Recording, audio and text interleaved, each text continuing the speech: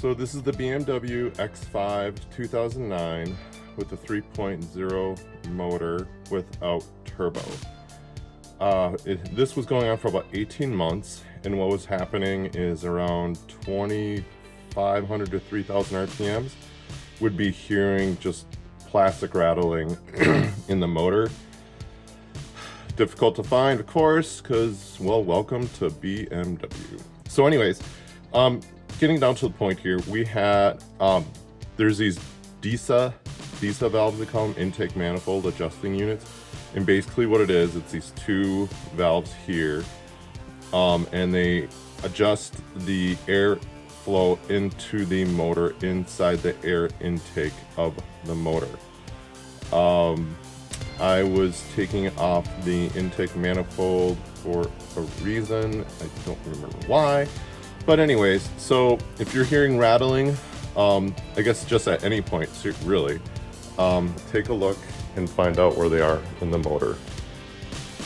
There's two of them, as you saw in the video. One is right here, right there. See that where that wire is right there. And then the other one is down, you can see it here, right down in there.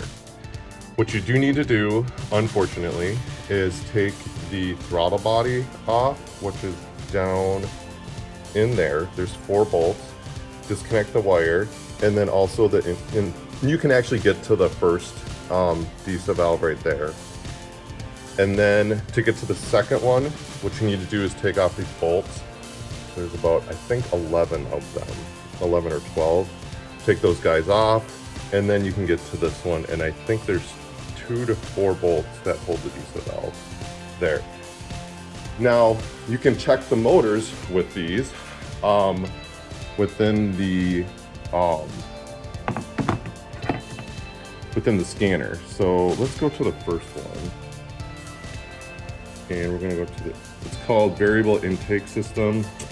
It's just the DISA valve, and then we're going to activate it. You can't really hear it going, but then once it turns off, it'll flip back. And this is just adjusting the air intake into the motor. BMW's cool ideas. Oh, see, now it turned. So it was open, and now it's shut. And now we're gonna go to the second one. Activate that puppy, didn't hear it. We'll wait 20 seconds. Let's go to the second. Oh, see, and it turned off there. Okay. So, this is like the older version, like 2006 to 2009, I think.